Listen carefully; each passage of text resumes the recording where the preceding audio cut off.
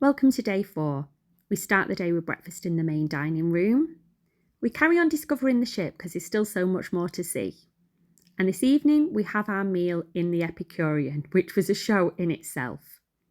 I initially was going to do a separate vlog regarding the cabin tour, but decided to tag it on at the end of this video. And I'm going to explain to you how you can get this massive balcony for the same price of a standard balcony cabin. Anyway, let's go and start our breakfast. Oh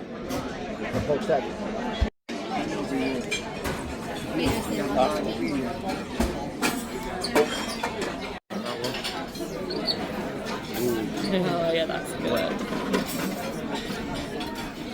Looks really nice.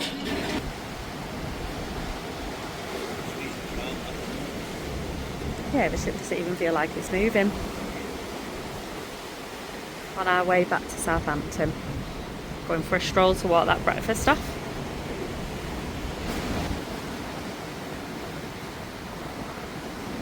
Oh, it's roped off here. I wonder why.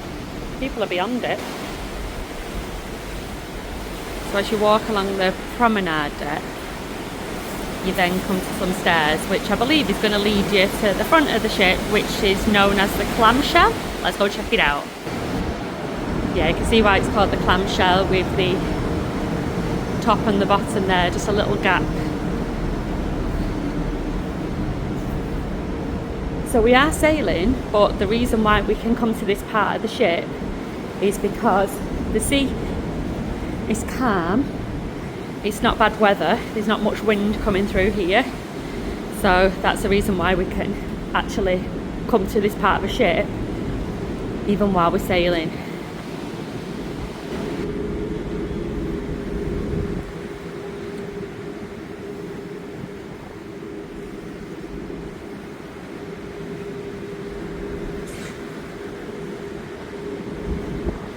Windy as hell, can't believe it. We're at the other side now.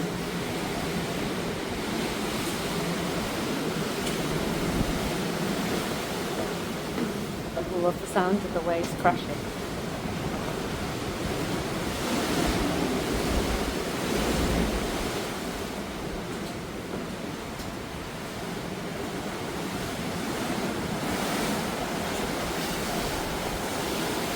What a beautiful wraparound promenade deck. Lovely. I'm not sure what swell that is. It's definitely not much, but the ship's not even slightly rocking, is it, Dave? Not even... It's good 3 meters. It's not even slightly moving. This ship handles it so well. As you come to the back of the ship, don't know what's going on here.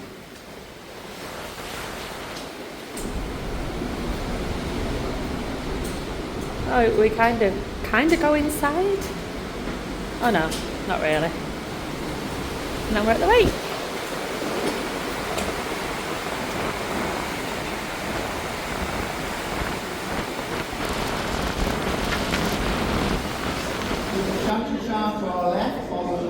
Dance lessons in the Atrium. A little bit cha-cha-cha. Set, replace, chop, chop, chop.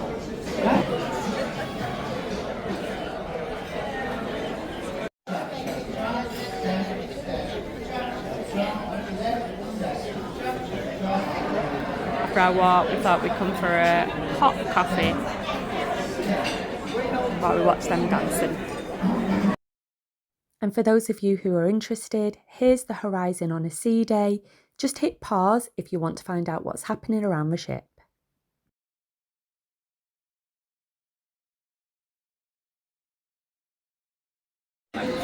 We're back in the glass house for our favourite meal again. We've gone for the ham, the prawns, the lamb chops, the cheese board, we've got bruschetta and our wine flights. Yeah, it's well worth it. We made light work of that, Dave. There's not much left. A little bit of wine. I just thought I'd post a few of the menus on here for those of you who do not have the drinks package. It'll just give you an idea of the prices around the ship. We found the prices very reasonable indeed.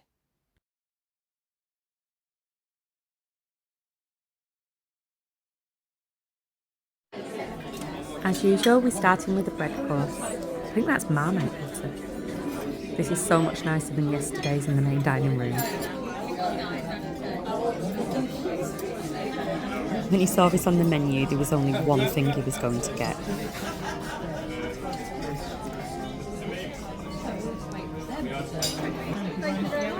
I've got soup.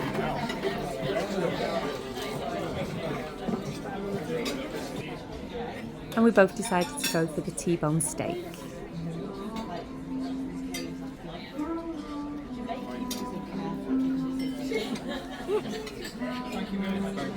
And the brown color, sir, on top is a sandwich. And in the glass, sir, salmon with langoustine meat. Orange zest. Snow crab meat is underneath. Covered with the fish or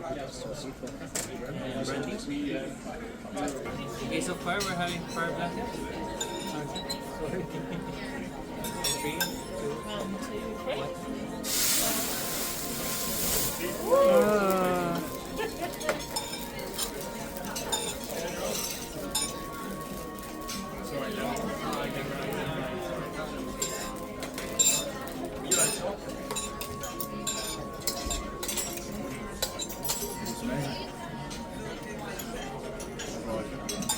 Wow. And there's a finished result. Oh, it smells amazing. Here's tonight's menus. Just hit pause if you want to have a proper look.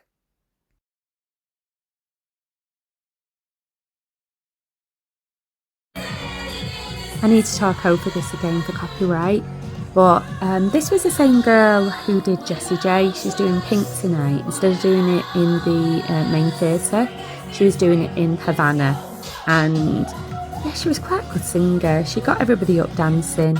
It was funny. I mean, this couple here was so drunk, but yeah, they were fun to watch. But yeah, she was a good singer. She got everybody up involved. I think they were a group of hens that I think you might see in one of the next clips. And yeah, they were loving it, getting up dancing with her. So yeah, did we make the right choice? Yeah, we probably did. The theatre show was supposed to have been really good that night, so I wish we could have done them both, but we stayed so long in Epicurean that we could only choose one thing, so we decided to do this.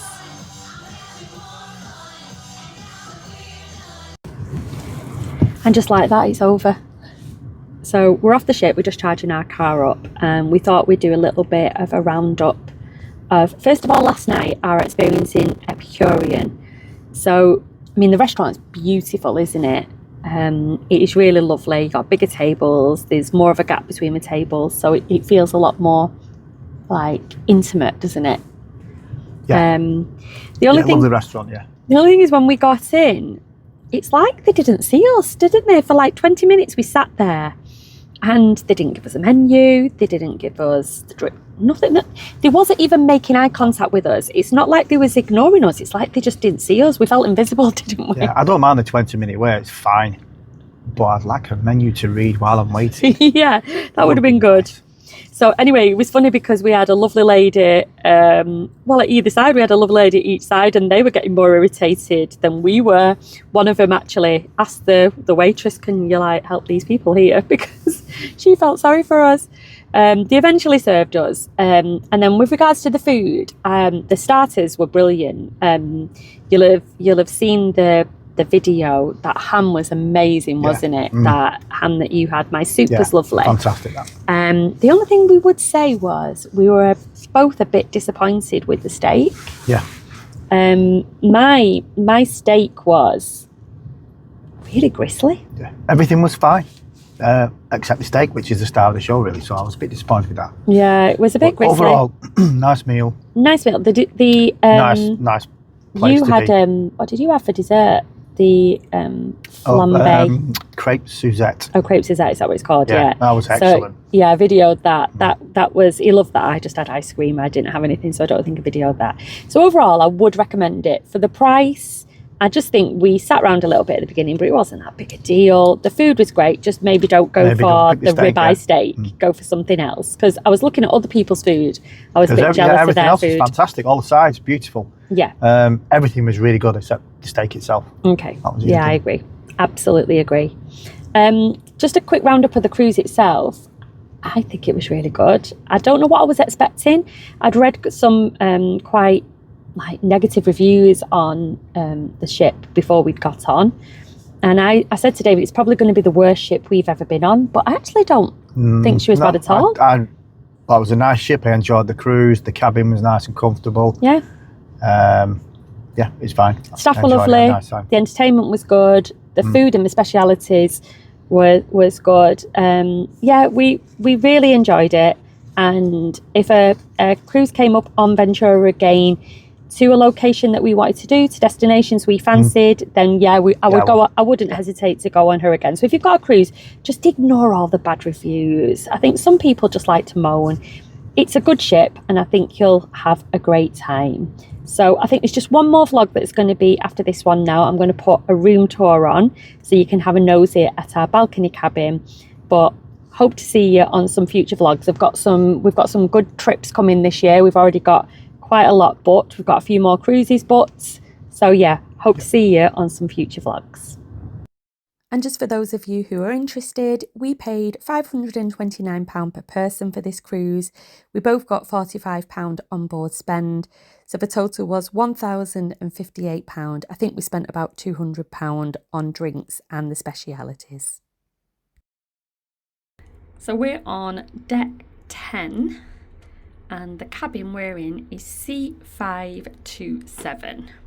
Now we've been living in this cabin for a couple of days, so it might be a little bit scruffy, so I apologise. As soon as you walk in, David's favourite thing is that we have got this area. Because we're only on the ship a couple of days, like 4 days, we don't fully unpack. We live out of a suitcase and we have our clothes that we bring in, like the clothes bags, like the suit bags. So we don't even need to, we just literally hang those straight up. That's my little travel hack. As we walk in this area here, there's more storage. You're going to see David's undies there, he'll love that. But there's plenty of storage down there, and there's a safe, quite an easy to use safe. At the top there's some additional storage. You've got your life vests. I've got my boots up there. And into the bathroom. As soon as you go in, you've got the shower.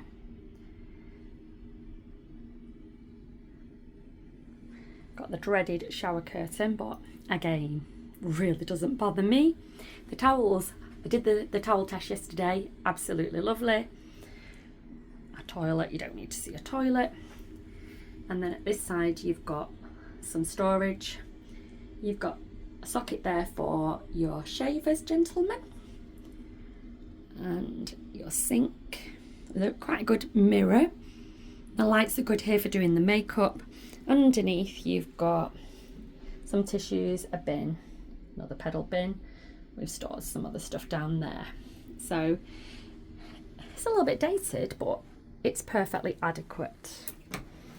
Let's go into the main cabin. Oh, a full dress mirror. Don't always love my full dress mirrors, but hey, here we go. Into the main cabin. Look at my scruffy side. How can I have so much stuff on a side? The only thing that we don't like about this cabin and where it shows its age is you don't have any sockets at the side of the bed. So yeah, you have to charge over that side. I'll take you over in a bit. We've had our beds configured as a king size, very comfortable. The room is quite dated, but it's perfectly adequate. I would absolutely stay in this cabin on a longer cruise. Make our way around here. Again, more storage at each side, and because it's an English cruise line, you have 2 English sockets. That's all you've got. Oh no, you've got that one over there. I didn't spot that one. I'm not sure what that one is. I'd have to check with David what that one is. Got a little chair. Got a bigger chair over here. This is where we've got the fridge, where we've stored our wine. We brought some wine on board. Oh, sorry, that was a bit loud. Brought another wine there. Tea and coffee facilities. A really tiny telly. Now, if you've been with P&O before, perhaps one of the bigger ships, then you can get all the information with regards to your cruise on the television. There's none of that on this one. It's just a normal telly with a few channels. But what's amazing about this cabin is the size of the balcony. So we paid the price that you would pay for a standard balcony cabin. But look how big this balcony is. I'm not sure it's picking it up on here, but it's a massive balcony. That's the Netherlands, by the way. We're just sailing through the lock system into Amsterdam. So how do we get this cabin? It's simple. You just ask for it. They're on deck 10. So when we booked it, the lady very kindly said to us, if you want a bigger cabin, just book on deck 10. The first part, a bigger balcony. The first part of the balcony is covered there, so nobody can see. If you're at this bottom end of the balcony, then you're a little bit more exposed, because anybody up there would be able to see you. But if you're sat here, nobody can see you. So on a hotter cruise with these chairs and a little footstool, it'd be lovely sitting here and reading a book. So yeah guys, if you want this big balcony, ask for a balcony on deck 10.